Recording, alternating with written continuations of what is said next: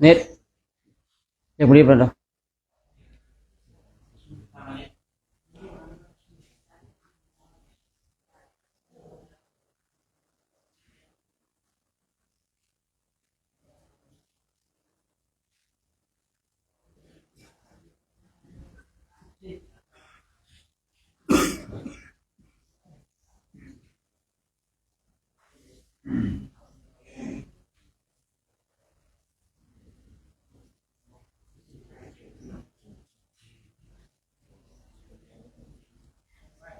ผมไม่รู้ว่าเขาย้ายโต๊ะอาหาร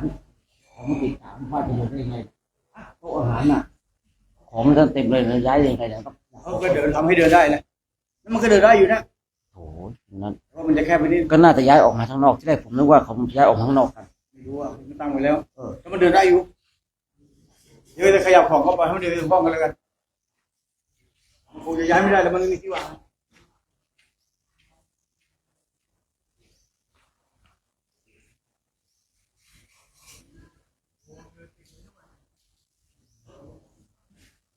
มันติดเลยเมื่อวานนั่นนะผมนึกว่าแค่ตั้งน้ำปะนะ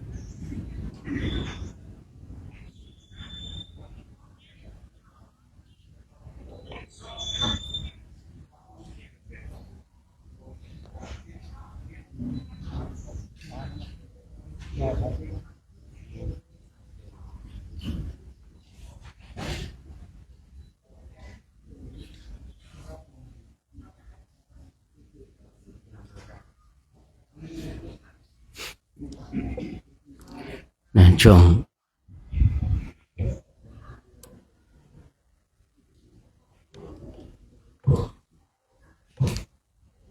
พวกถุงขยับออกให้หมดเลยนะ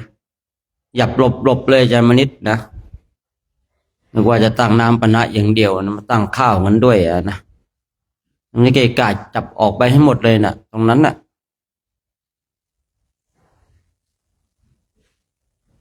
เมื่อวานนึกว่าจะตั้งโต๊ะน้ำปะนะอย่างเดียวจะตั้งข้าวด้วยมันตั้งข้าวตรงนั้นไม่ได้ที่มันแคบจริงๆนะมาอยู่กันตั้งหลายวันแล้วยังไม่รู้เรื่องกันอีกนะ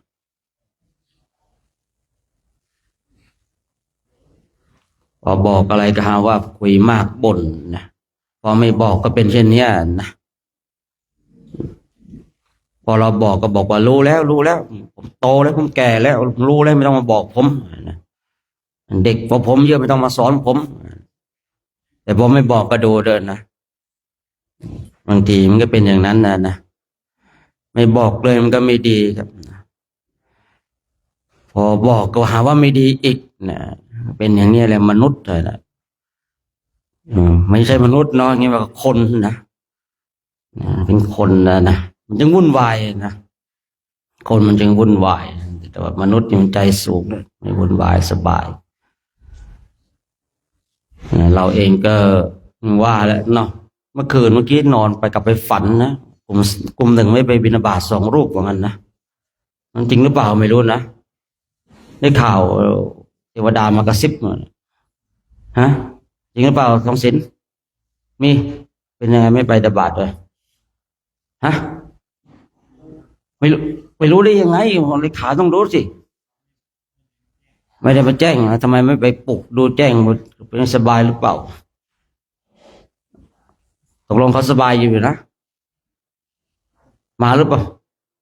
ไม่ตัวนี้มาหรือเปล่ามาอยู่นะตอนเย็นก็ไปเพิ่มมาหน่อยก็แล้วกันเด้อนะ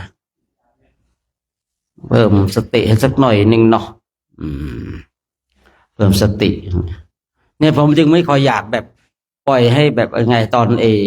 ทิ้งช่วงนานก็เพราะอย่างนี้แหละครับ ผมเพราะว่าที่เป็นแบบนี้บางทีบางปีเนี่ยโอ้ยนะเนี่ยสมัยก่อนน้ำปะนะเนี่ยนะคือผมเนี่ยไม่ได้จัดกลุ่มแบบนี้ครับ คือก็ใส่อย่างนี้ใส่ในลังไปใส่ไม่ไปอันนี้มนต์มาหยิบเอาแล้วมันมีรูปหนึ่งครับ พอพักปุ้มไปไกลพอไปไกลแล้วไม่ได้ดื่มน้ำนะอะไรครับ ผมไม่ได้ดื่มน้ำปะนะเลยครับมาทำไมโยมญาติโยมก็มาแล้วห่วงไว้ทำไมไม่ทำไมถวายตัวเองหนีไปอีกที่อีกหนึ่งครับ แล้วตอนที่เขาฉันกันเนี่ยเขาดื่มกันเนี่ย ตัวเองไม่มาครับ ผมพอเขาหยุดดื่มแล้วจะเดินทางจะออกเดินแล้วโวยวายไม่ได้ดื่มน้ำปานะผมก็เลยต้องแก้ปัญหาว่าต่อไปต่อไปนะต่อไปจัดตั้งไว้ท้ายรถนะท้ายรถเลยท้ายรถเดินเข้าเลยครับ เดินเข้าหยิบไปแล้วคนมีปัญหาชอบมีปัญหาครับคืนนี้เดินไปไม่ถึงรถครับมันแวะก่อนอีกพอแวะก่อนก็ยังไงไม่ได้ดื่มกับเขาทำไมแม่มาถวายผมไม่ถวายอีกแล้วก็คุณแวะก่อนใช่หรือเปล่านะแล้วผมต่อไปจัดกลุ่มเลยดีกว่านะจัดกลุ่มก็อีกแล้วกลุ่มนั้นได้เป๊ปซี่กลุ่มนี้ได้โค้กโอ้ชีวิตกูผมแก้ปัญหายังไงซื้อโค้กก็ซื้อหมดทุกอย่างเลยครับผมเป๊ปซี่กับเป๊ปซี่อย่างเดียวเลยM100ก็M100อย่างเดียวห้ามเลยครับนะห้ามเหมือนกันตั้งแต่บัดนั้นก็เลยแก้ได้ทีนี้แก้ได้มาอีกแล้วพระเจ้าหน้าที่อีกแล้วพอหลุดจากพระกลุ่มพระเจ้าหน้าที่พระเจ้าหน้าที่หายตัวนั่งตรงรูปหนึ่งตรงนี้รูปหนึ่งตรงนั้นรูปหนึ่งทีนี้องค์ไปถวายก็เดินหาสิครับพระเหมือนพระเนาะอยู่ในเหมือนกันหมดแล้วไปยังไงนะผมก็เลยมานั่งด้วยกันนะพระเจ้าหน้าที่นะพอหลุดจากพระเจ้าหน้าที่เสร็จก็เนี่ย2-3 ปีที่ผ่านมาก็เลยนั่นหน่อยนะก็เลยนั่นสบายขึ้นมาหน่อยในเหตุผลที่เมื่อก่อนเราไม่ได้แบบมีอะไรมากมายคือปล่อยสบายเรื่องน้ำปะนะนะครับน้ำปะนะแล้วก็มีเหตุการณ์แบบที่ผมเล่าให้ฟังเนี่ยนะคือบางรูปเนี่ยก็แบบเขาโวยวายเนาะนี่ไม่ได้ฉันก็โวยวายไม่ได้ดื่มก็โวยวายไม่ได้ดื่มกับเขาเลยเนี่ยหวงอะไรบังสารพัดสารเพนะก็เลยเป็นเหตุแห่งการที่ต้องมาจัดเป็นกลุ่มแบบนี้ครับที่จัดเป็นกลุ่มจัดเป็นแพ็กนะจัดเป็นกลุ่มไปให้เหมือนกันโดยส่วนมากจะเหมือนกันครับผมโดยส่วนมากก็จะเหมือนกันนอกจากที่แบบมันมีญาติโยมมาถวายนั่น5 ขวด 10 ขวดสีต่างสีกันอาจจะเป็นเช่นนั้นนะครับผมถ้าไปซื้อเองนี่จะไม่แบบไอ้นั่น5 ขวดนี้10 ขวดไม่เอาครับผมนะเพราะอะไรนะเพราะว่าบางทีกันปัญหาผมคือบางสิ่งบางอย่างมันกันได้ครับปัญหาเนี่ยแต่ว่าเราให้เกิดปัญหาน้อยที่สุดเพราะว่าสิ่งมันเคยเกิดขึ้นแล้วเราก็อย่าให้เกิดขึ้นซ้ำนะแล้วเกิดขึ้นซ้ำก็แสดงว่ามันก็ต้องมีอะไรผิดพลาดเราก็ต้องมาปรับปรุงใหม่ตั้งแต่จัดน้ำปะนะให้เป็นกลุ่มแบบนี้ครับนะสบายเลยคือมันเรื่องมันเกิดมาแล้วเนาะไม่ได้ดื่มแต่ดื่มไม่เหมือนกันบ้างนะนู่นนี่นั่นสารพัดเลยตัดปัญหาตั้งแต่จัดแบ่งกลุ่มแบบนี้นะครับผมสบายเลยนะสบายเลยมีแต่พระเจ้าหน้าที่จะโดนอย่างเดียวนะกลุ่มไหนไม่มาเอาน้ำปะนะครับจัดเกินอีกแต่ผมยังไงก็ไม่รู้ต่อไปในเรื่องจัดเกินเนี่ยนะจะต้องไปต้องเย็บถุงมาให้เปล่าไม่รู้เนาะเนี่ยมันมีปัญหาครับปัญหามีไว้แก้ครับผมมีไว้แก้ปัญหาก็มีไว้แก้ไขปัญหามีให้เกิดสติปัญญาปัญหาทำให้เราได้มีโอกาสคบคิดนะคิดไปคิดมาผมร่วงจะหมดหัวแล้วผมนะเมื่อก่อนผมไม่ได้ว่างแบบนี้นะตั้งแต่มีงานเนี่ย12 ปีรู้สึกว่ามองกล้องรัศมีว่าโอ้ทำไมหัวเริ่มมับจังเลยเข้าอยู่ในกล้องเหมือนกันนะว่าแล้วเนาะว่ากันไปนะยังไงกลุ่ม กลุ่มหนึ่งก็ไปเพิ่มสติให้หน่อยก็แล้วกันเนาะที่ไม่ไปนะนี่ได้ผลที่ผมบางทีเนี่ยคือผมจะปล่อยให้เวลามีนิดเดียวเท่านั้นเพราะว่าถ้าปล่อยให้มีเวลานานก็จะเป็นแบบนี้แหละครับนี่คืออยากให้รู้ครับวันนี้เลยปล่อยแล้วก็ต้องมีเหตุการณ์แบบเนี้ยคือท่านทั้งหลายว่า ทำไมปล่อยปุ๊บเหลือเวลา5 นาที10 นาทีแล้วก็จะไปบิณฑบาตผมยังทำอะไรไม่ทันเลยวันนี้ผมเลยปล่อยให้แบบไปแบบยิงยาวหลายๆนาทีหน่อยมันก็จะเป็นแบบนี้แหละครับเนี่ยนี่คือเหตุผลครับเหตุผลอีกอย่างหนึ่งครับผมง่วงครับเมื่อเช้าง่วงมากเลยเมื่อเช้านะทำวัดนั่งง่วงคุยไปบางทีมันก็ไม่ไหวแล้วนะก็เลยมีเหตุผล2 อย่างแต่เหตุผลแรกจะชัดเจนกว่านะครับจะชัดเจนกว่านี่แหละคือเหตุผลต่อไปก็คงจะให้เตรียมบาตรมาเลยอ่ะพอเลิกก็ไปบิณฑบาตเลยอะนะผมนี่อย่างนั้นจริงๆนะเดี๋ยวถ้ามีครั้งหนึ่งนะมีครั้งหนึ่งอ่ะคือแบบเตรียมบาตรมาเลยเตรียมบาตรมาพอแผ่เมตตาเสร็จก็เอาผ้าสังฆาติของวางไว้นี่แล้วก็ลุกไปบิณฑบาตเลยนะครับลุกไปบิณฑบาตเลยอย่างนี้ถ้าจะดีเหมือนกันเนาะก็อีกหลายวันอยู่ก็ถ้างั้นใครอยากเจอเหตุการณ์แบบนี้ก็ทำแบบนี้นะครับแบบเมื่อเช้าเนี่ยคือแอบไม่ต้องไปนะแอบหลับนะแล้วเหตุการณ์ที่บอกว่าเอาบาตรมาแล้วพอได้เวลาก็เลิกแล้วปุ๊บบิณฑบาตเลยนะครับผมนะก็ทำอีกสักครั้งนึงก็ได้นะครับนะทำอีกสักครั้งหนึ่งก็ได้นะคือแบบไปแล้วหลับเพลินไม่ตื่นไปบิณฑบาตเงี้ยนะสักครั้งหนึ่งก็ได้นะครับผมนิมนต์ทำเลยนะครับผมไม่ได้ห้ามนะ นี่คือว่าให้ทำเลยเนาะแล้วเราก็จะเปลี่ยนแผนไงผมมีแผนหลายแผนครับมีแผนรองรับอยู่นะไม่ใช่ว่าจะมาตรฐานเดียวผมมีแผนรองรับกับงานโครงการนี่ประมาณ10 กว่าแผนในแต่ละอย่างนะครับนะถ้าว่าแผนที่ว่าแบบเอาบาตรมาแล้วเอ่อไปบิณฑบาตยังมีปัญหาอีกมันก็มีแผนอื่นรองรับอยู่ครับผมไม่ได้แล้วนะมันต้องคิดนำหน้าคนอื่นไป19นะคิดพร้อมกับคนอื่นไปไม่ได้เราไม่ทันเขานะต่อไปเราสวดมนต์สักหน่อยเนาะ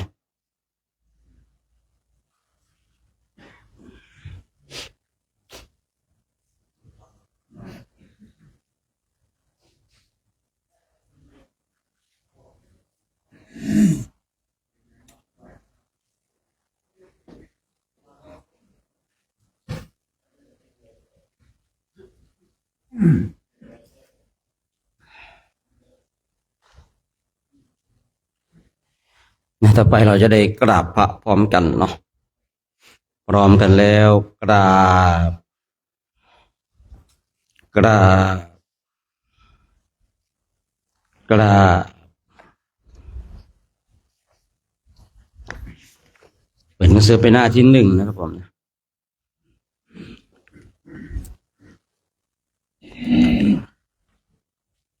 ธรรมที่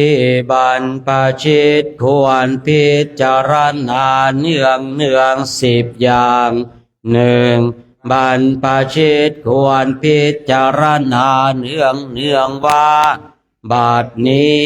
เรามีเพศต่างจากคฤหัสถ์แล้วอาการกิริยาใดๆของสมณะเราต้องทำอาการกิริยานั้น2. บรรพชิตควรพิจารณาเนืองว่าความเลี้ยงชีวิตของเราเนื่องด้วยผู้อื่นเราควรทำตัวให้เขาเลี้ยงง่าย 3. บรรพชิตควรพิจารณาเนืองว่าอาการกายวาจาอย่างอื่นที่เราจะต้องทำให้ดีขึ้นไปกว่านี้ยังมีอยู่อีกไม่ใช่เพียงเท่านี้ 4. บรรพชิตควรพิจารณาเนืองว่าตัวเราเองติเตียนตัวเราเองโดยสิ้นได้หรือไม่ 5. บรรพชิตควรพิจารณาเนืองว่าผู้รู้ใครควรแล้วเตียนเราโดยสิ้นได้หรือไม่ 6. บรรพชิตควรพิจารณาเนืองว่าเราจะต้องพัดพรากจากของรักของชอบใจเราทั้งนั้น 7. บรรพชิตควรพิจารณาเนืองว่า เรามีกรรมเป็นของตัวเราทำดีจะได้ดีทำชั่วจากได้ชั่วแปดบรรพชิตควรพิจารณาเนืองเนียงว่าวันคืนล่วงไปบัดนี้เราทำอะไรอยู่เก้าบรรพชิตควรพิจารณาเนืองว่าเรายินดีในที่สงัดหรือไม่สิบบรรพชิตควรพิจารณาเนืองว่าคุณวิเศษของเรามีอยู่หรือไม่ที่จะให้เราเป็นผู้ไม่เก้อเขินในเวลาเพื่อนบรรพชิตทำในการภายหลังอะระหังสัมมาสัมพุทโธภควาพระผู้มีพระภาคเจ้าเป็นพระอรหันต์ดับเพลิงกิเลสเพลิงทุกข์สิ้นเชิงตรัสรู้ชอบได้โดยพระองค์เองพุทธังภควันตังอภิวาเทมิข้าพระเจ้าอภิวาทพระผู้มีพระภาคเจ้าผู้รู้ผู้ตื่นผู้เบิกบานกล่าวสวากขาโตภควตาธัมโมพระธรรมเป็นธรรมที่พระผู้มีพระภาคเจ้าตรัสไว้ดีแล้วธัมมังนะมัสสามิข้าพระเจ้านมัสการพระธรรมสุปฏิปันโนภควโตสาวกสังโฆพระสงฆ์สาวกของพระผู้มีพระภาคเจ้าปฏิบัติดีแล้วสังฆังนะมามิข้าพระเจ้านอบน้อมพระสงฆ์อันดมหิยังบุตตสาภควโตอุปภาคณมการังกโรมะเสนะโมตัสสะภะคะวะโตอะระหะโตสัมมาสัมพุทธัสสะนะโมตัสสะภะคะวะโตอะระหะโตสัมมาสัมพุทธัสสะนะโมตัสสะภะคะวะโตอะระหะโตสัมมาสัมพุทธัสสะขอนอบน้อมแด่พระผู้มีพระภาคเจ้าพระองค์นั้นซึ่งเป็นผู้ไกลจากกิเลสตรัสรู้ชอบได้โดยพระองค์เอง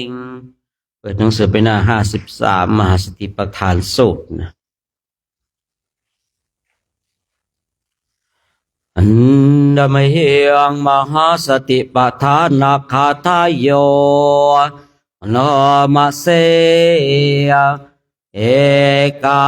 ยโนอายะภิกขเวมัคโค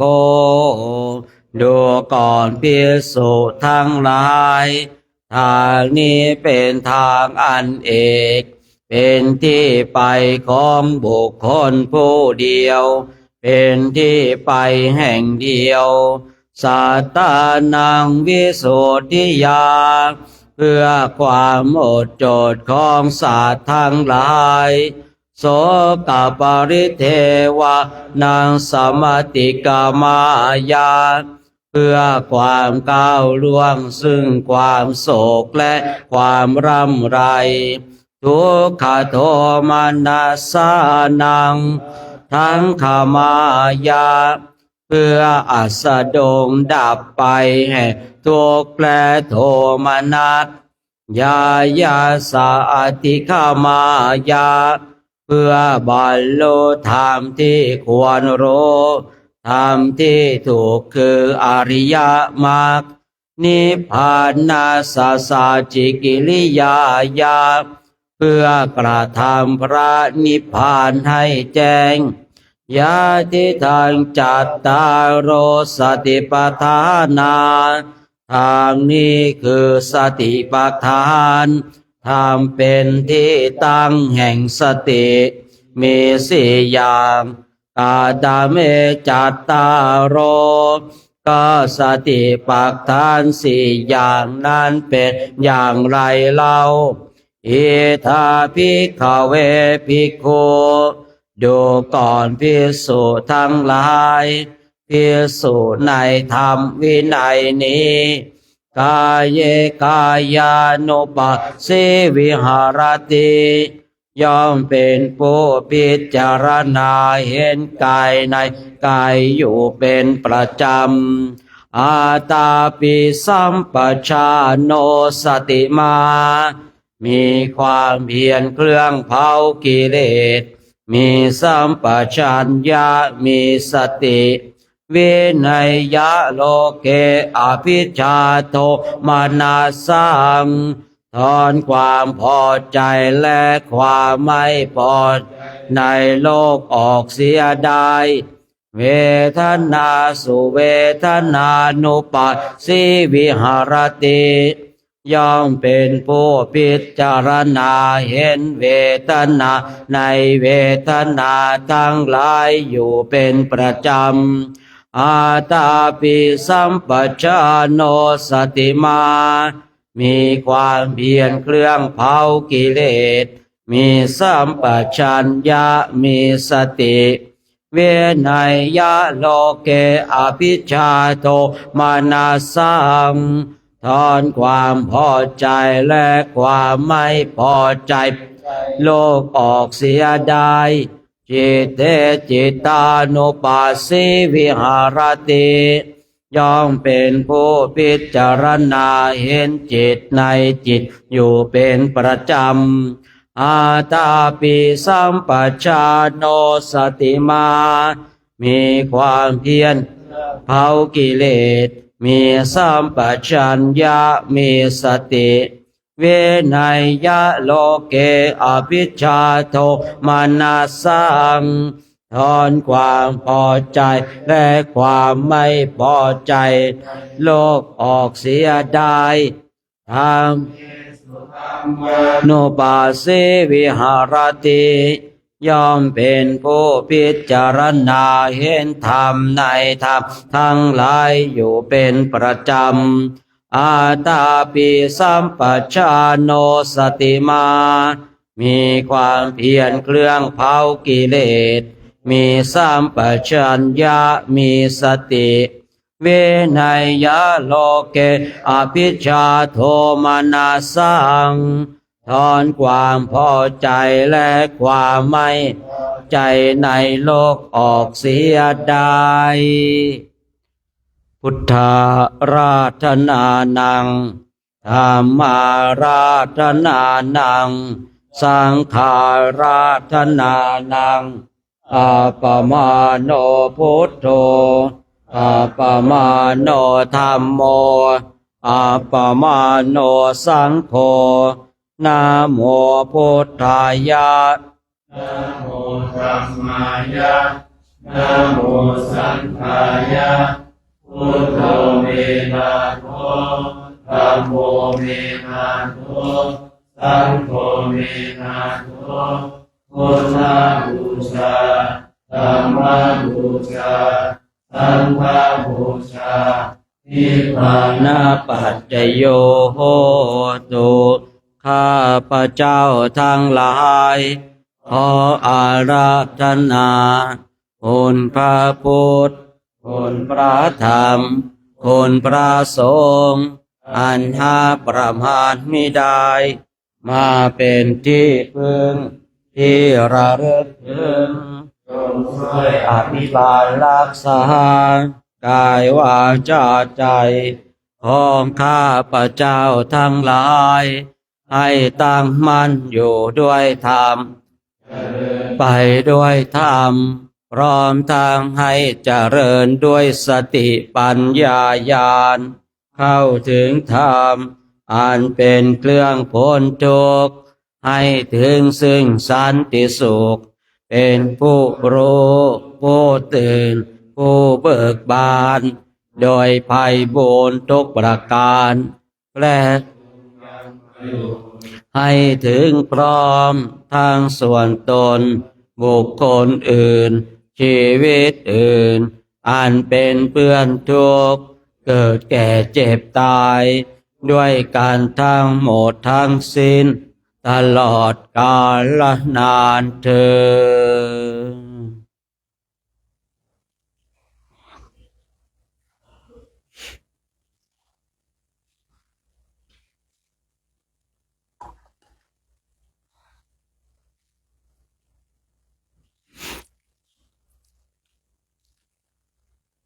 เดี๋ยวเรานั่งภาวนากันสักระยะหนึ่งเนาะญาติโยมอยู่บนเก้าอี้ก็นั่งภาวนาได้นะนั่งพระภิกษุสงฆ์ก็นั่งภาวนากันญาติโยมก็นั่งภาวนากันสักแป๊บหนึ่งแป๊บไม่นานโยมก็นั่งบนเก้าอี้แล้วก็นั่งหลับตาเอามือมาประสานกันที่หน้าขาของเราก็ได้นะแล้วเราก็หลับตาลงหลับแบบสบายๆปล่อยเครื่องร้อยลัดเครื่องกังวลทั้งหลายออกไปนะตอนนี้เป็นช่วงให้การสงบจิตสงบใจนะเราบางคนบางท่านนั้นเนี่ยจิตนั้นไม่สามารถที่จะกำหนดทำกรรมฐานได้ก็ระลึกนึกถึงผลทานที่ตนเองได้ทำในวันนี้โดยการน้อมนำข้าวน้ำโภชนาอาหารมาถวายพระภิกษุสงฆ์บางคนบางท่านเนี่ยกำหนดทำกรรมฐานไม่ได้จะหายใจเข้าพุทหายใจออกโทกำหนดไม่ได้แต่พอนึกถึงทานที่ตนเองได้ทำคิดถึงข้าวน้ำโภชนาอาหารที่ตนเองได้ถวายแด่พระภิกษุสงฆ์นี่ก็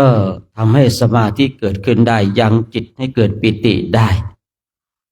ยังจิตของเราให้เกิดความเบิกบานในก็อัดข้อทำได้แต่บางคนบางท่านนั้นเราจะคิดอย่างไรดีเนาะจะพิจารณาอย่างไรดีเนี่ยเราลองคิดดูนะหลักความเป็นจริงเนี่ยข้าวน้ำโภชนาอาหารนี่มีความสำคัญต่อทุกชีวิตเลยนะใช่ว่าเฉพาะแต่พระภิกษุสงฆ์เองนะทุกๆชีวิตนั้นเนี่ยต้องอาศัยข้าวน้ำโภชนาอาหารในการขับเคลื่อนไปสู่ความสำเร็จคือทุกคนไม่ว่าจะเป็นญาติโยมไม่ว่าจะเป็นพระภิกษุสงฆ์องค์สามเณรเนี่ยข้าวน้ำโภชนาอาหารนี่เป็นปัจจัยหลักในการขับเคลื่อนไปแต่ในฝ่ายของพระภิกษุสงฆ์นั้นท่านเป็นผู้ที่ออกจากเรือนท่านไม่ได้เกี่ยวข้องกับเรือนแล้วท่านเป็นผู้ที่ฝึกฝนอบรมไล่นาสาตัวทั้งหลายท่านก็ไม่มีนะเพราะท่านเป็นผู้ที่ออกจากเรือนแล้วแต่ผู้ที่ออกจากเรือนเช่นพระก็ต้องอาศัยข้าวน้ำโภชนาอาหารในการขับเคลื่อนไปสู่ความสำเร็จอาศัยข้าวน้ำโภชนาอาหารในการเดินจงกรมในการนั่งสมาธิเพราะว่าข้าวน้ำโภชนาอาหารนั้นเป็นกำลังความข้าวนี้เป็นความโชคดีของญาติโยมที่ได้น้อมนำข้าวน้ำโภชนาอาหารมาถวายณเวลานี้เราคือชื่อให้กำลังพระภิกษุสงฆ์ให้อายุคือมีอายุที่ยืนยาวมีกำลังด้วยบางคนมีอายุยืนแต่ไม่มีกำลังทำไมบางคนบางท่านเกิดมาในชาตินี้อายุยืนแต่ไม่มีกำลังเพราะว่าไม่ค่อยได้ทำบุญสุนทานถวายข้าวน้ำโภชนาอาหารบุคคลหนึ่งบุคคลใดก็ตามเนี่ยให้ข้าวน้ำโภชนาอาหารขึ้นชื่อว่าให้อายุให้วรรณะให้สุขะให้พละ อย่างญาติโยมเนี่ยที่ได้น้อมนำข้าวน้ำโภชนาอาหารมาถวายนี่ก็เพราะว่าอยากจะสนับสนุนให้พระคุณเจ้าเนี่ยมีกำลังในการประพฤติในการปฏิบัติธรรมวันใดวันหนึ่งถ้าพระภิกษุสงฆ์ที่มีกำลังเนื่องด้วยข้าวน้ำโภชนาอาหารของเราเอาแค่ท่านมีสมาธิจิตนะยังไม่ต้องถึงเป็นพระอรหันต์เนี่ยบุญกุศลก็เกิดขึ้นกับเราหาประมาณไม่ได้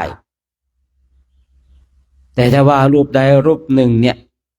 ในอนาคตนะได้ทำอาสวะกิเลสทั้งหลายสิ้นไปนี่คือถึงความเป็นพระอรหันต์ตั้งแต่พระโสดาบันเป็นต้นไปเนี่ยกำลังที่ท่านมีในการเดินจงกรมในการนั่งสมาธิส่วนหนึ่งก็เกิดจากเราที่เราได้ถวายเนี่ยเช่นวันเนี้ยญาติโยมได้เตรียมข้าวน้ำโภชนาอาหารมาพระภิกษุสงฆ์ได้ครบได้ฉันแล้วถามว่าฉันเสร็จปุ๊บเนี่ยอิ่มแล้วถ่ายออกตอนเช้ามันคงหมดเปล่าท่านทั้งหลายนะคือเราท่านทั้งหลายจะต้องเข้าใจว่าในเลือดในเนื้อเนี่ยของคนเราเนี่ยมันอาศัยข้าวน้ำโภชนาอาหารเนี่ยเมื่อเราว่าภิกษุสงฆ์ฉันภัตตาหารไปแล้วเนี่ยก็ผลิตกลายเป็นเลือดบ้างเป็นเนื้อบ้างเป็นกำลังบ้างแล้วก็จะฝังอยู่ในร่างของพระคุณเจ้าที่พระพุทธเจ้าพูดว่าเมื่อพระภิกษุสงฆ์เพียงแต่ได้สมาธิบุญก็เกิดขึ้นกับเราแล้วยิ่งถ้ารูปหนึ่งรูปใดได้ความเป็นพระอรหันต์แล้วเนี่ยบุญกุศลย่อมหาประมาณไม่ได้มากยิ่งขึ้นไปอีกผู้ที่มีปัญญาจึงสะสมซึ่งบุญกุศลอย่างญาติโยมท่านทั้งหลายเนี่ยตระเตรียมข้าวน้ำโภชนาอาหารอันปราณีต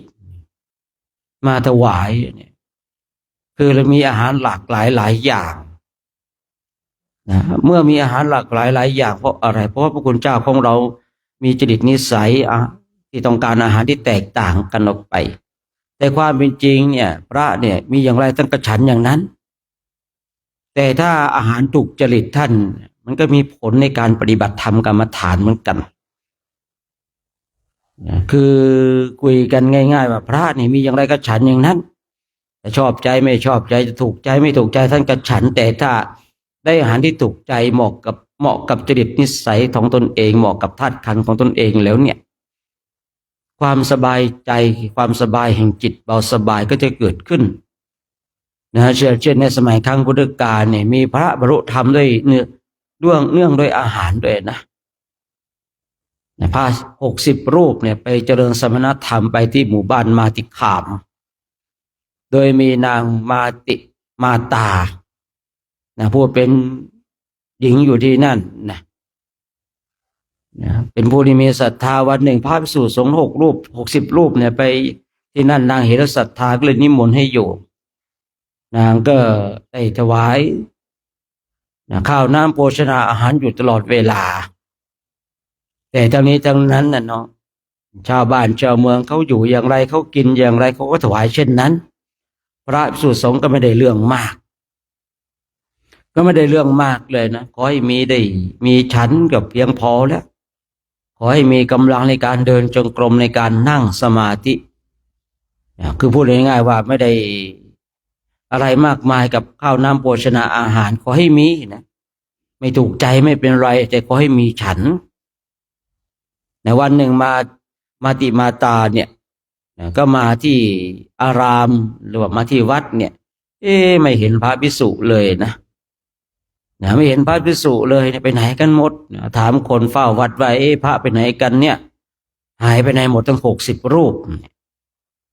คนเฝ้าวัดก็บอกว่าตอนนี้พระท่านเจริญสมณธรรมถ้าอยากเจอก็ให้เคาะระฆังนางมาติมาตาก็เคาะระฆังเลยท่านทั้งหลายเห็นพระภิกษุสงฆ์เดินมาจากทิศทั้งหลาย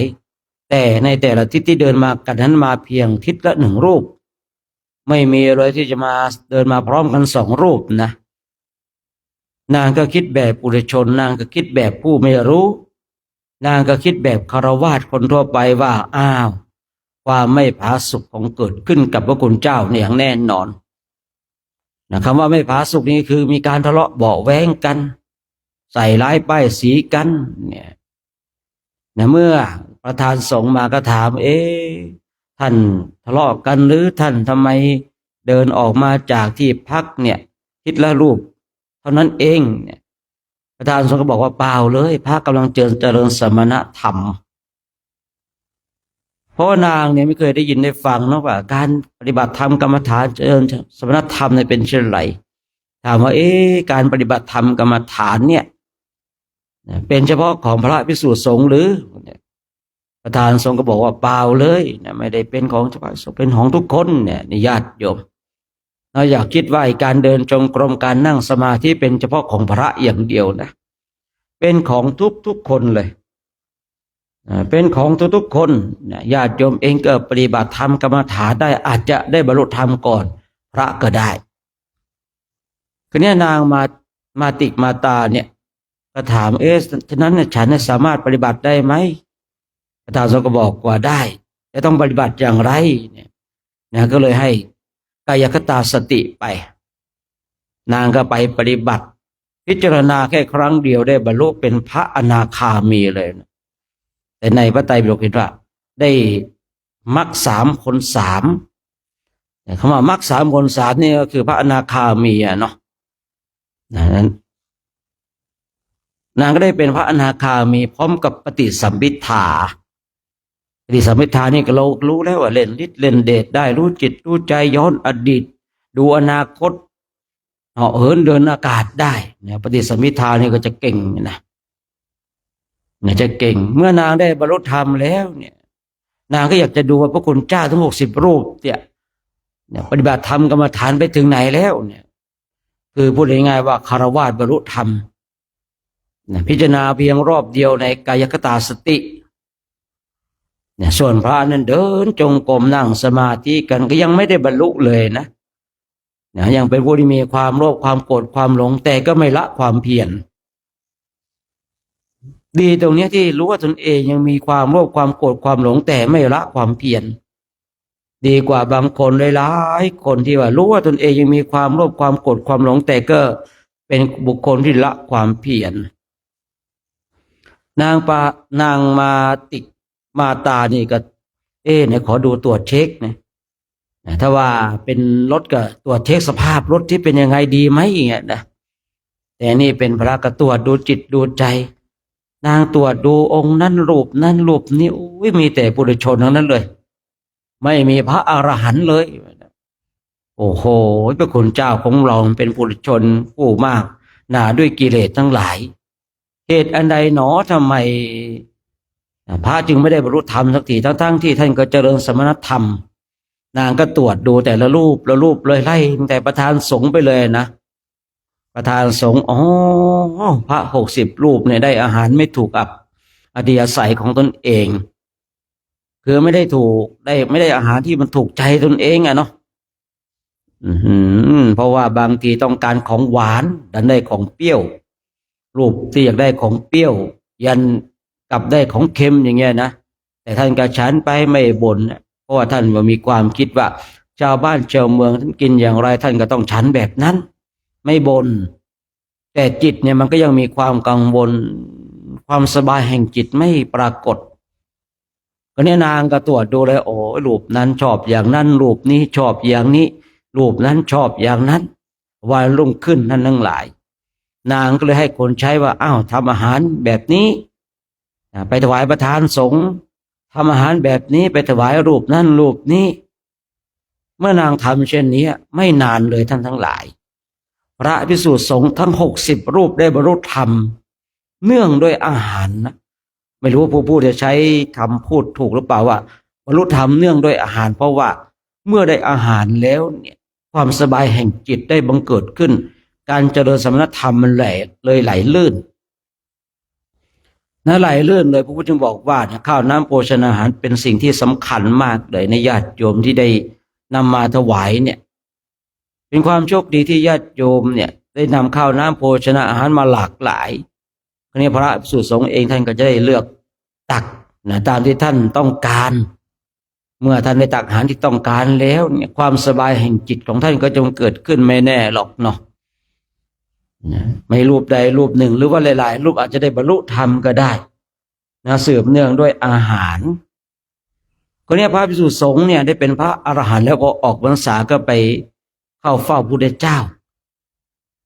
เข้าเฝ้าพระพุทธเจ้าแล้วก็มาคุยพรรณนาอุ้ยพวกผมเนี่ยนะได้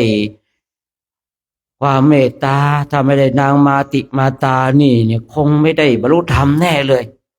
บังเอิญมีพระภิกษุหนุ่มรูปหนึ่งอยู่ตรงนั้นได้ยินพระภิกษุทั้ง60 รูปพรรณนาคุณงามความดีของนางมาติมาตาก็เลยว่าเดี๋ยวจะไปดูที่เก่งจริงหรือเปล่าเนี่ยผู้หญิงมันจะเก่งกว่าผู้ชายได้อย่างไรเนี่ยจะเก่งกว่านักบวชได้อย่างไรเนี่ยบางทีนะนักบวชเรามันชอบประมาทเช่นเนี้ยนักบวชเราเนี่ยมันชอบประมาทเนี่ยพอเขาได้ยินเขาสรรเสริญนางมาติมาตาได้ยินแล้วก็รู้สึกมันจะเก่งเป็นขนาดไหนผู้หญิงเนี่ยจะเก่งกว่าผู้ชายได้อย่างไรเนี่ยเป็นคฤหัสถ์จะบรรลุธรรมก่อนพระได้อย่างไรเนี่ยที่คือว่าทิฏฐิพระเลยเก็บบริขารเลยไปเลยนะเดินไปนึกได้ถ้านางรู้จิตรู้ใจนางเก่งจริงเนี่ยให้คนใช้ให้คนใช้มาปัดกวาดเสนาสนะตั้งน้ำใช้น้ำฉันคราวนี้ภิกษุหนุ่มพอคุยอย่างนี้ปุ๊บเนี่ยพอนึกในใจปุ๊บเนี่ยที่ผมว่ากระแสจิตเนี่ยถ้าเรานึกถึงใครกระแสจิตมันก็ตรงไปหาบุคคลนั้นคราวนี้ขึ้นอยู่กับบุคคลนั้นว่าเขาสามารถรับพลังตรงนี้ได้หรือเปล่าแต่นางมาติมาตาเนี่ยคือเป็นพระอรหันต์เนาะพอมีอะไรมากระทบท่านก็กำหนดรู้เลยมีพระภิกษุมาลองดีแล้วทดสอบแล้วก็เลยให้คนใช้ไปตั้งน้ำใช้น้ำฉันว่าเสนาสนะพระภิกษุหนุ่มไปถึงเห็นครั้งแรกตกใจเหมือนกันนะโอ้โหหรือนางจะรู้ใจจริงๆหรือนางจะเก่งจริงๆไม่ได้แล้วต้องทดสอบถ้านางเก่งจริงรู้ใจจริงเนี่ยพวกนี้ให้ทำอาหารอย่างนั้นอย่างนี้มาคือในการที่พระภิกษุเนี่ยชื่อคิดถึงนางเนี่ยมันเหมือนกับส่งตรงไปอย่างที่ได้กล่าวไว้นะกระแสแห่งความคิดก็ไปกระทบนางก็เปิดจิตดูพระภิกษุรูปนี้อยากจะได้อาหารอย่างนี้อย่างนั้นอย่างนั้นพอนั่นเสร็จรุ่งเช้านางก็ให้คนใช้ทำอาหารเช่นนี้ที่อย่างที่พระภิกษุต้องการนะพระภิกษุเห็นแล้วตกใจแล้วโอ้โหรีบฉันข้าวแล้วไม่อยู่แล้วไม่ได้เพราะปุถุชนแล้วย่อมคิดชั่วบ้างย่อมคิดดีบ้างแม้เราอยู่ใกล้พระอรหันต์ผู้มีปฏิสัมภิทาไม่ได้หรอกแล้วเป็นฆราวาสด้วยเลยฉันข้าวอิ่มเลยเก็บบริขารไปเฝ้าพระพุทธเจ้าพระพุทธเจ้าพระองค์ก็เลยบอกว่าในโลกนี้ไม่มีที่ใดที่จะเหมาะสำหรับการเจริญจิตตภาวนาสำหรับเธออีกแล้วไม่ได้ดังนั้นเนี่ยมีพระอรหันต์ที่รู้ใจได้เกิดถ้าผมคิดไม่ดีจะทำยังไงถ้าเธอรักษาใจได้เธอรักษาจิตได้เธอก็ไม่ต้องเป็นห่วงเธออยู่ตรงนั้นรักษาจิตให้ดีเนี่ยพระภิกษุหนุ่มรูปนี้ก็กลับไปที่เดิมก็รักษาจิตของตนเองจนได้เป็นพระอรหันต์เมื่อได้เป็นพระอรหันต์แล้วเนี่ยพร้อมกับปฏิสัมภิทาอีกต่างหากนะ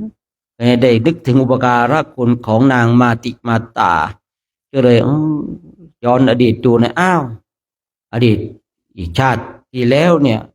นางมาติมาตาเนี่ยเคยคบสู่ชายนะทำร้ายตนเอง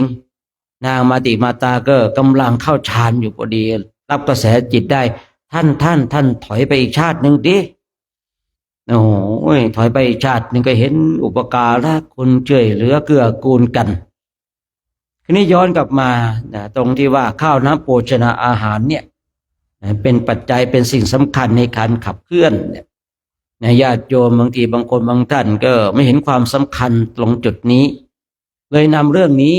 ที่เกิดขึ้นในสมัยครั้งพุทธกาลได้มาพูดมาคุยเพื่อให้เราท่านทั้งหลายเข้าใจบางสิ่งบางอย่างเนี่ยคือพระเนี่ยท่านอย่างไรท่านก็ฉันได้จะเปรี้ยวจะหวานจะมันจะเค็มแต่ความเปรี้ยวหวานมันเค็มอาจจะไม่ถูกใจท่าน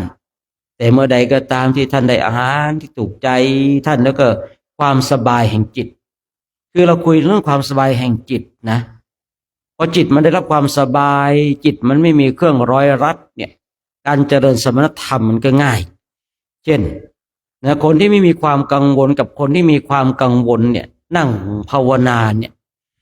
คนที่ไม่มีความกังวลเนี่ยจิตมันสงบได้เร็วส่วนคนที่มีความกังวลเนี่ยอุ้ยยากเหลือเกินที่จิตจะสงบชั้นใดกับชั้นนั้นพระภิกษุสงฆ์เองเนี่ยที่ทั้ง60 รูปเนี่ยมีความกังวลในเรื่องของอาหารที่ตนเองเนี่ยได้ไม่ถูกใจอ่ะจิตมันก็เลยยังมีเรื่องผูกมัดจิตยังมีเครื่องร้อยลัดอยู่แต่พอได้อาหารที่ถูกอกถูกใจแล้วเหมือนกับมันแก้ปมในใจออกเนี่ยเมื่อแก้ปมในใจออกปุ๊บเจริญสมณธรรมก็ได้บรรลุธรรมเนี่ยการบรรลุธรรมนั้นก็ผู้พูดที่กล่าวเมื่อสักครู่นี้ว่าเหตุการบรรลุธรรมคือเนื่องด้วยอาหารบางคนบางท่านว่าเป็นพระนี่คุยเรื่องอาหารได้อย่างไรเนี่ยอันนี้คุยเรื่องในสมัยครั้งพุทธกาลที่เกิดขึ้นมาแล้วและก็เป็นเหตุให้คนได้บรรลุธรรมเนื่องโดยอาหารก็มีมาแล้ว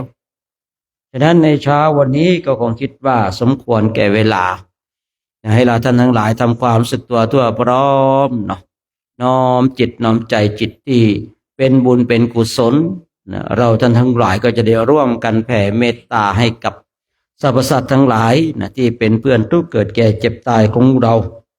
สัตว์ใดที่มีความทุกข์ขอให้พ้นจากทุกข์สัตว์ใดที่มีความสุขขอให้สุขยิ่งขึ้นไป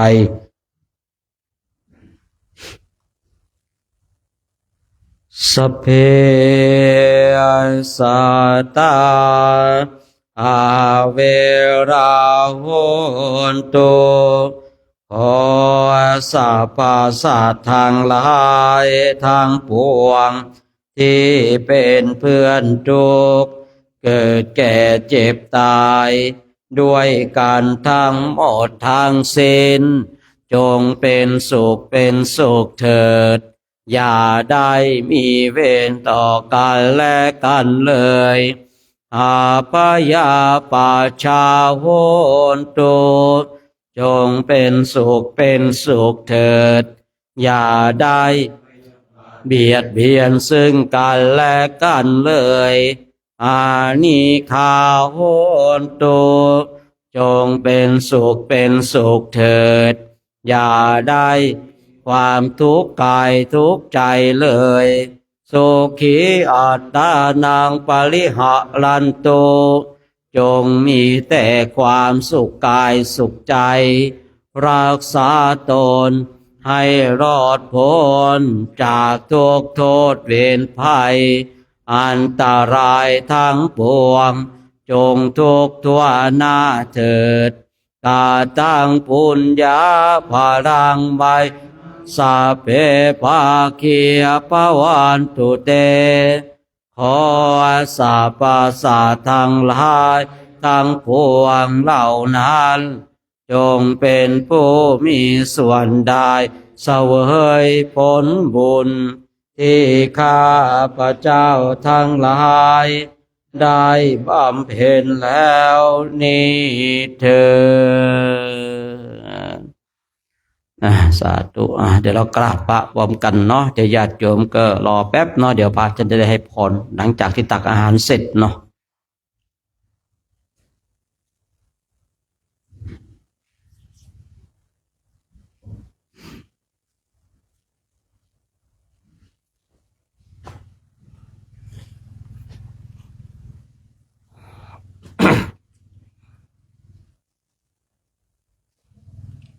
อะระหัง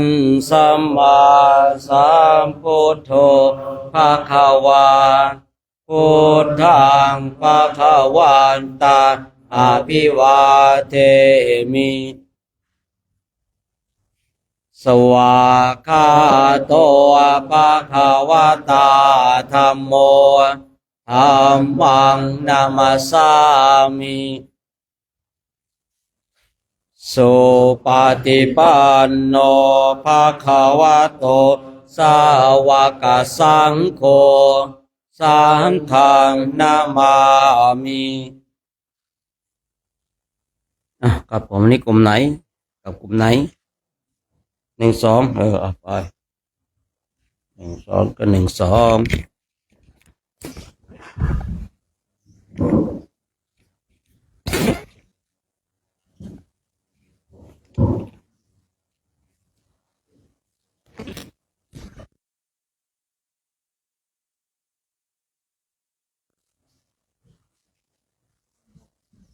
มาทางนี้เด้อ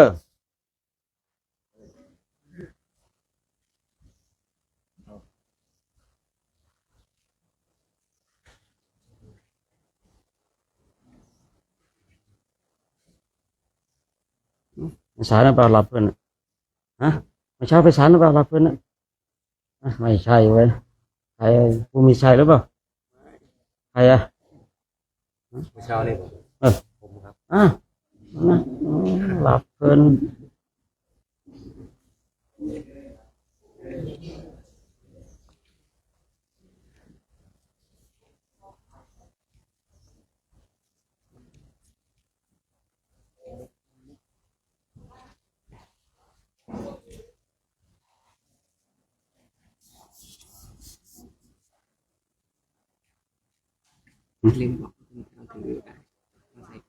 อ่า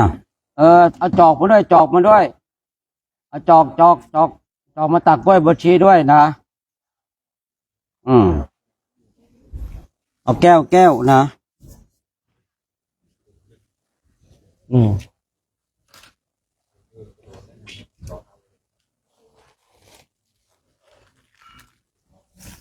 เอาจอกมาเลยเด้อ อันนี้หมูนั่นเนื้อ อืม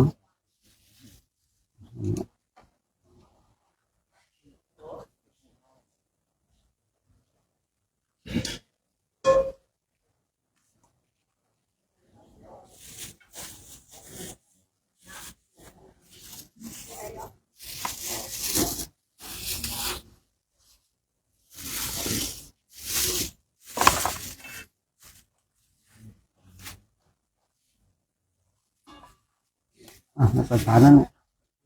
ไฟฟ้าเนี่ย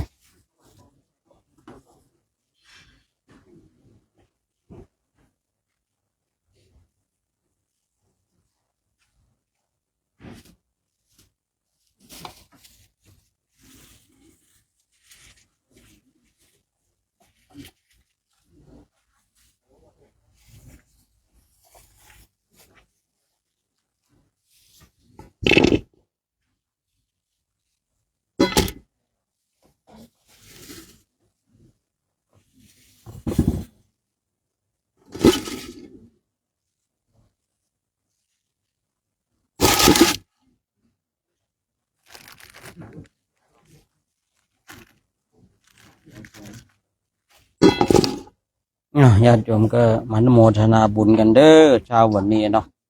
คณะพระสงฆ์ก็กำลังตักอาหารพิจารณาอาหารกันญาติโยมก็มาอนุโมทนาบุญกุศลกันวันนี้บุญได้เกิดขึ้นแล้วนะนี่คืออะไรนะ ข้าวหมู ข้าว ทอด ข้าวหมูทอดอ๋อเออเออเออเออญาติโยมร่วมอนุโมทนาบุญกันเนาะกับคณะศรัทธาญาติโยมวันนี้ญาติโยมก็มากันหลายคนข้าวน้ำปูชนาอาหารก็เพียงพอเนาะวันนี้ก็เลยคุยเรื่องของอาหารเรื่องของอาหารเนี่ยมันก็เป็นปัจจัยหลักแต่สำคัญเหมือนกันเนาะถ้าเราเข้าใจนะถ้าเราไม่เกิดอคตินะเนี่ยเราก็จะเข้าใจแล้วก็ตัวนี้โอเคอันนี้อันนึงโอ้เป็นอะไรนะไฟบดชีสักหน่อยเนี่ยจับผักเล่นเราไปกองอยู่เนี่ย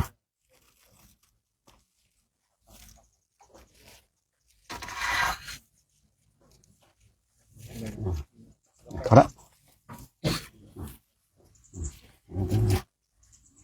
ส้มเนี่ยหกนะหกนะเตรียมน้ำกันเด้อเตรียมน้ำเดี๋ยวกวดน้ำกันเนาะอ๋อเดี๋ยวก่อนเตรียมไว้ก่อนให้เตรียมไว้ก่อนนะอย่ารอให้พระท่านตักอาหารเสร็จก็พระท่านให้พรเนาะอยู่บ้านไหนกันเนี่ยอ๋อแถวนี้เองเนาะโอ้สาธุอนุโมทนานะ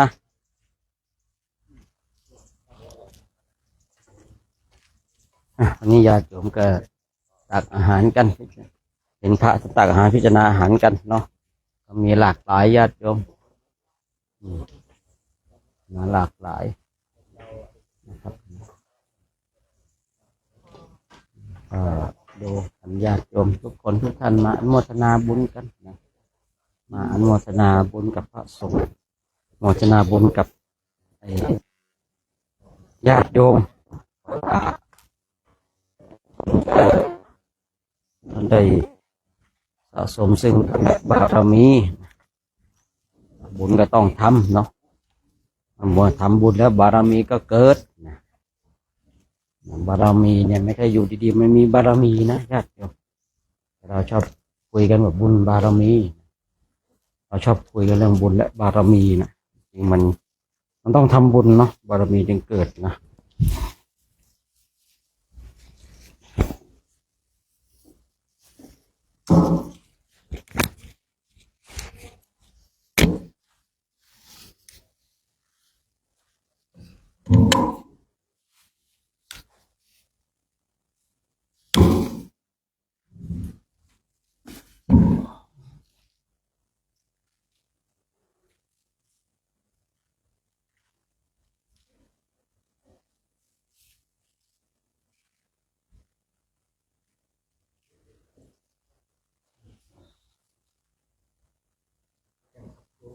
เข้ามาทัวร์แจกเลย แจกแล้วก็ตรงนั้นประกาศ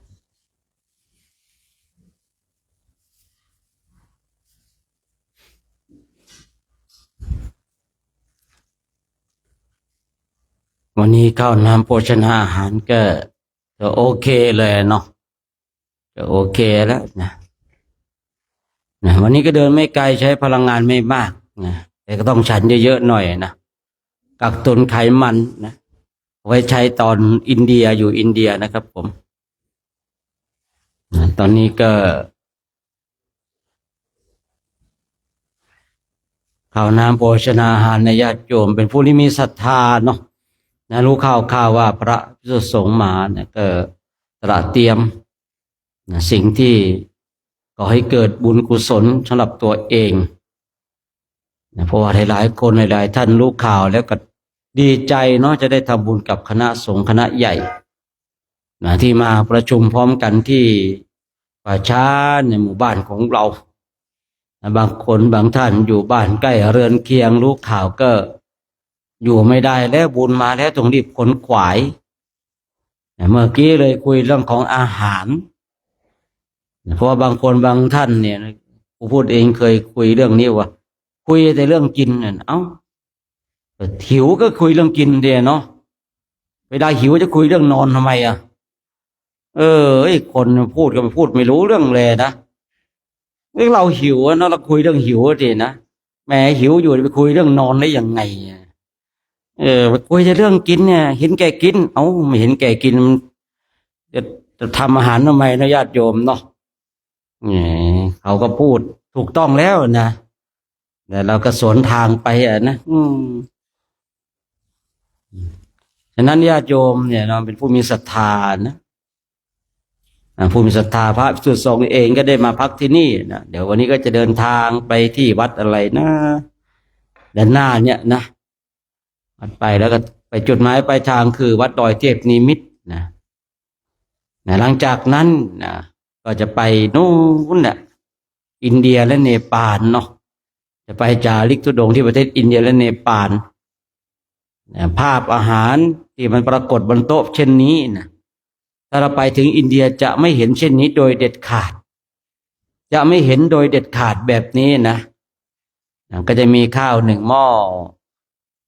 ต้มผักผักกาดมะนารูฉะนั้นหลักบ้างแครอทนะแล้วก็มีไม่กี่อย่างหรอกนะอินเดียเนี่ยนะภาพแห่งอาหารตั้งบนโต๊ะแบบนี้จะไม่เห็นในประเทศอินเดียอย่างแน่นอนนะคือจะเห็นเฉพาะอยู่ในประเทศไทยเนี่ย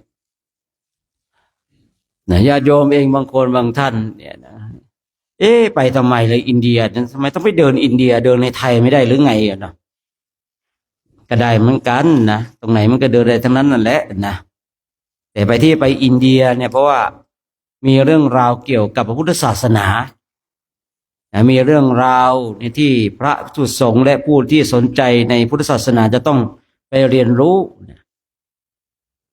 ไปเห็นของจริงเนี่ยคือเรียนรู้แล้วต้องเห็นของจริงด้วยเนาะนี่นะสถานที่ที่พระพุทธเจ้าประสูติเนี่ยพระมหาโพธิสัตว์ประสูติเนี่ยอยู่ที่ลุมพินีวันเนี่ยสถานที่ตรัสรู้อนุตตรสัมมาสัมโพธิญาณนะตอนนี้ก็อยู่ที่ประเทศอินเดียเนาะประเทศอินเดียสถานที่พระพุทธเจ้าแสดงพระธรรมจักรเนี่ยมันก็อยู่อินเดียนะสถานที่พระพุทธเจ้าปรินิพพานก็อยู่อินเดียนะที่มีสถานที่เดียวที่อยู่ลุมพินีเนปาลก็คือพระสูตรนะเมื่อพระคุณเจ้าของเราไปแล้วก็จะได้ไปศึกษาไปเรียนรู้เนี่ยข้าวน้ำโภชนาที่ญาติโยมในตลาดเตรียมมาวันนี้คุณเจ้าของเราได้กบได้ฉันไปแล้วเนี่ยพาร่างกายของตัวท่านเองไปถึงอินเดียเนี่ย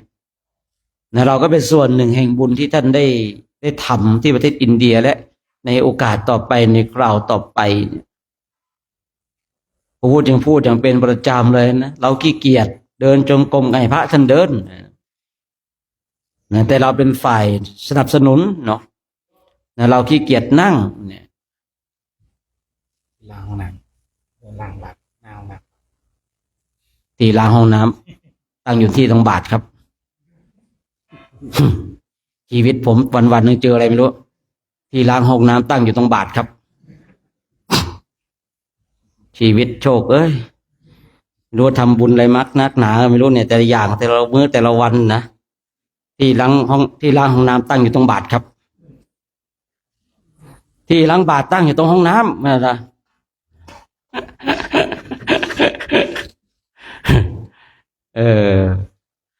ใครไม่มาเป็นผมไม่รู้หรอกว่าแต่ละวันแต่ละมื้อเนี่ยผมเจออะไรบ้างอ่ะนะ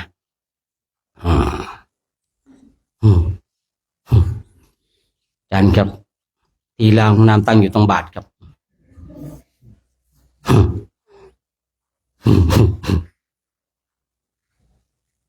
ว่าไป วันก็มีเรื่องขำบางวันก็มีเรื่องเครียดนะ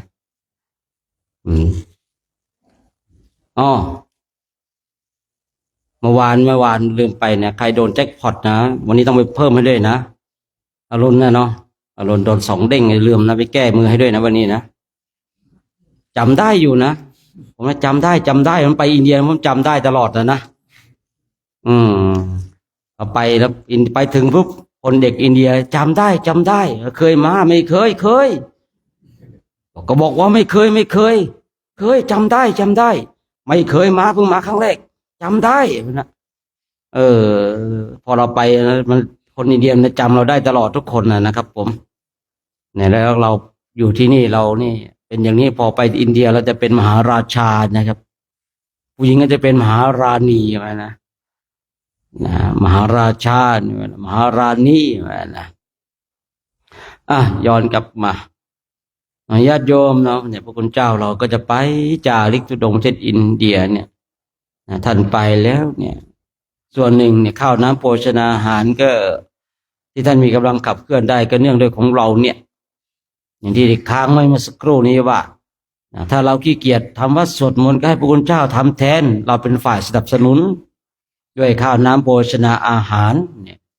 เราขี้เกียจเดินจงกรมนั่งสมาธิเราก็ให้พระคุณเจ้าทำแทนแต่เราเป็นฝ่ายสนับสนุนด้วยข้าวน้ำโภชนาอาหารคือพูดง่ายๆว่าเราก็เป็นส่วนหนึ่งในการสร้างคุณงามความดีของท่านถึงแม้ว่าเราได้ไม่เต็มร้อยแต่เราก็ยังได้อยู่นะเราก็ยังได้อยู่เราก็ยังได้อยู่ได้ไม่มากแต่ก็ยังได้เนี่ยเช่นนางสุชาดาถวายข้าวมัทุปายาตกับพระมหาโพธิสัตว์เนี่ยเป็นนิมิตว่าฆราวาสญาติโยมต้องเป็นผู้ที่คอยอุปถัมภ์เป็นผู้ที่สนับสนุนเพื่อให้คนทั้งหลายเข้าสู่อริยมรรคอริยผลญาติโยมเองบางทีไม่มีโอกาสจะทำเช่นพระคุณเจ้าเนาะมาเดินตากแดดหน้าดำแต่ไม่คร่ำเครียดนะ นะตากแดดหน้าดำแต่ไม่คร่ำเครียดเนี่ยเราไปทำอย่างท่านไม่ได้เนาะแต่เราสามารถเป็นหน่วยสนับสนุนถ้าว่าเปรียบเหมือนกับทหารกับพระของเราก็เปรียบเสมือนกับทหารออกรบออกแนวหน้านะส่วนญาติโยมก็เป็นกองหนุนกองเสบียงกองกำลังอย่างวันเนี้ยเห็นแหละเนาะพระภิกษุสงฆ์ท่านก็ทำหน้าที่ของท่านเนาะญาติโยมก็ทำหน้าที่ของญาติโยมได้น้อมนำข้าวน้ำโภชนาอาหารมาถวายกันเดี๋ยวรอสักครู่หนึ่งเนาะเดี๋ยวรอให้พระภิกษุสงฆ์องค์สมณเณรแล้วก็แม่ชีได้ตักอาหารเสร็จเดี๋ยวก็จะได้ให้พรญาติโยมญาติโยมก็เตรียมน้ำไว้เนาะเตรียมน้ำไว้เวลาที่พระท่านให้พรเราก็ตั้งอกตั้งใจในการรับพร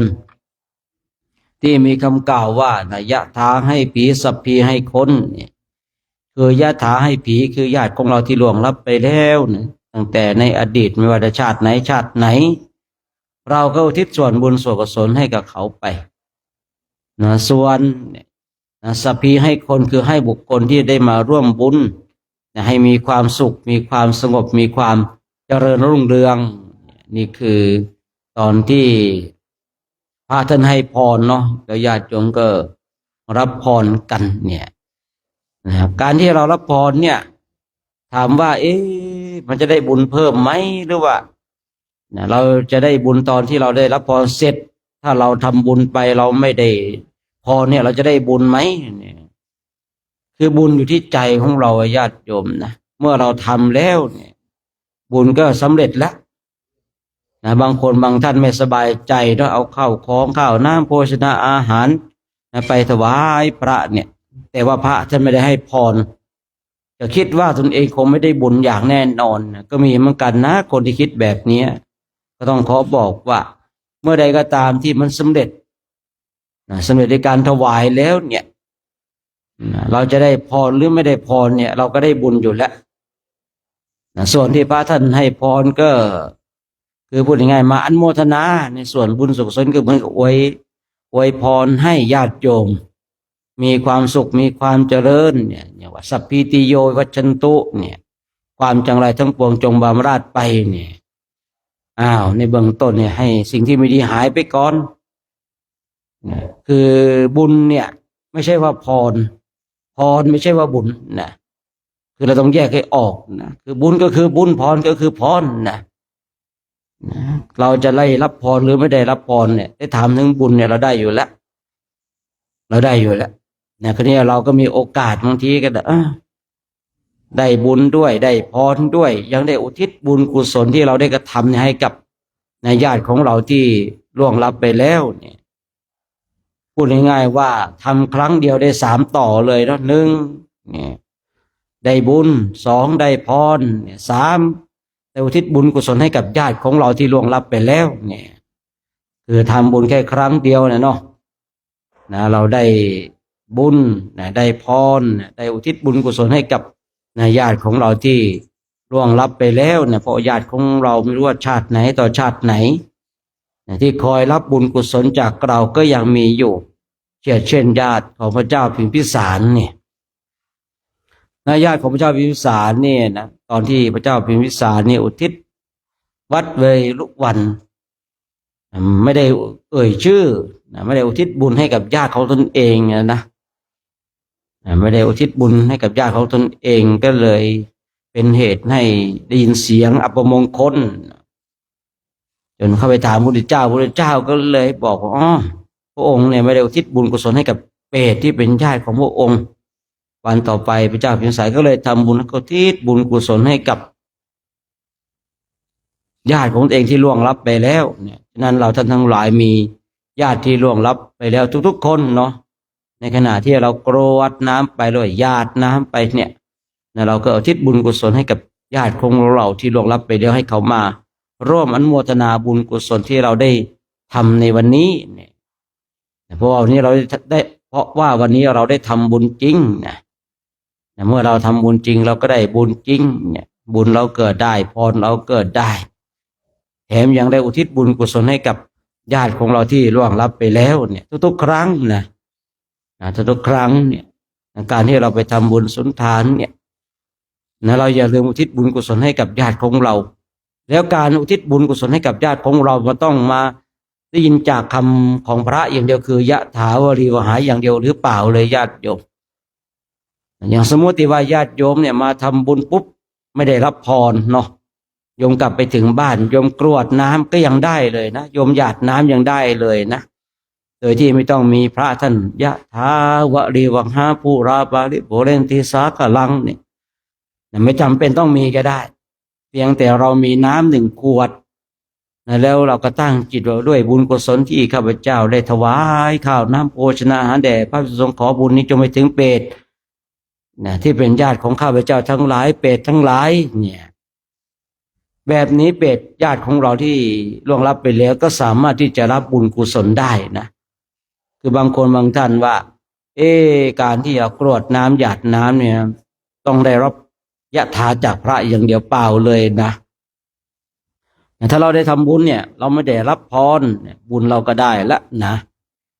ถ้าเราทำบุญแล้วกลับไปถึงบ้านเนี่ยเราอยากจะกรวดน้ำหยาดน้ำที่หลังได้ไหมก็ได้เหมือนกันเนาะได้เหมือนกันฉะนั้นวันนี้เองก็ต้องขออนุโมทนาเนาะสาธุการกับญาติโยมทุกคนทุกท่านเนาะที่ได้ร่วมกันมาสร้างบุญและบารมีสร้างเหตุสร้างปัจจัยสร้างสวรรค์สมบัติสร้างนิพพานสมบัติกันบุญกุศลที่เราทำในวันนี้ก็จะเป็นเครื่องนำพาให้เราพบเจอกับสิ่งดีๆบุญกุศลที่เราได้ทำวันนี้จะเป็นเครื่องติดตามตัวเราไปทุกภพทุกชาติพระพุทธเจ้าของเราองค์ทรงตรัสว่าบุญเป็นที่พึ่งของเราในชาตินี้บุญนั้นเป็นที่พึ่งของเราในชาติหน้าและชาติต่อไปขอให้เราท่านทั้งหลายจงมีแต่ความสุขมีความสงบมีความร่มเย็นคิดสิ่งประการใดเป็นไปโดยชอบประกอบในธรรมแล้วก็ขอให้สิ่งนั้นจงสำเร็จจงสำเร็จจงสำเร็จด้วยเธอหยาดน้ำกันเนอะหยาดลงดินก็ได้นะหรือว่าลงอะไรก็แล้วแต่เนาะได้ทั้งนั้นนะตั้งใจเนาะตั้งใจอย่างที่ได้กล่าวเมื่อสักครู่เนี้ยเนาะยะถาวาริวหาปุราปาริปุเรนติสาคลังเอวะเมวัยโตทินนังเปตานังอุปกาปเต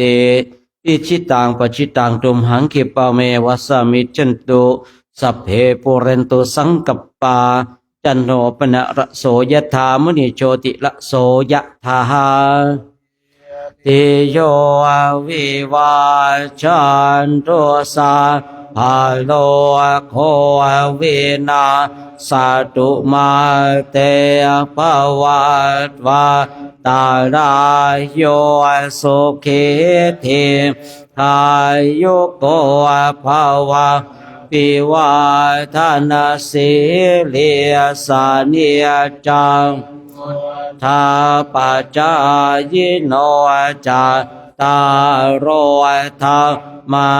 วัฏาติอายุวันโนสุขังภา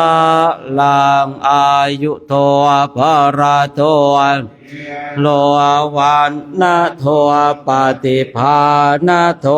สุขาสตาตาเมสุขังโสอธิคันจติอายุนทัตตวาปรังวานังสุขันจะปฏิภาณโทติขายุยาสวะโหติยาตายาทุปปาชติติภวตุสาภามังคลังลาปะเทวตาสาปะพุทธานุภาเวนัสธาโสทิปวันขรังราคันตุสาปะเทวตาสาปะมานุภาเวนัสธาโสทิปวันตุเตภวตุสาภาขลังราคันตุสาปะเทวตาสาปะคาโนภาเวนัสธาโสทิภวันตุเตมันเปิดฝาบัตร หันธรรมยังธาตุปฏิกุรปัจเจเวคโนปาตังพนอมะเสยาธาปัจจยังปวัตตามานังธาตุมาตาเมเวตังยาติตังเป็นทัปปาตัวคนชะโกจะปวดคาโลธาตุมาทะโกนิสัตโตนิเชียววสุญโยสัปวปานายังเป็นทัปปาโตอาชิโกชนิโยอิมังติกายังปาตวาอติวิยชิโก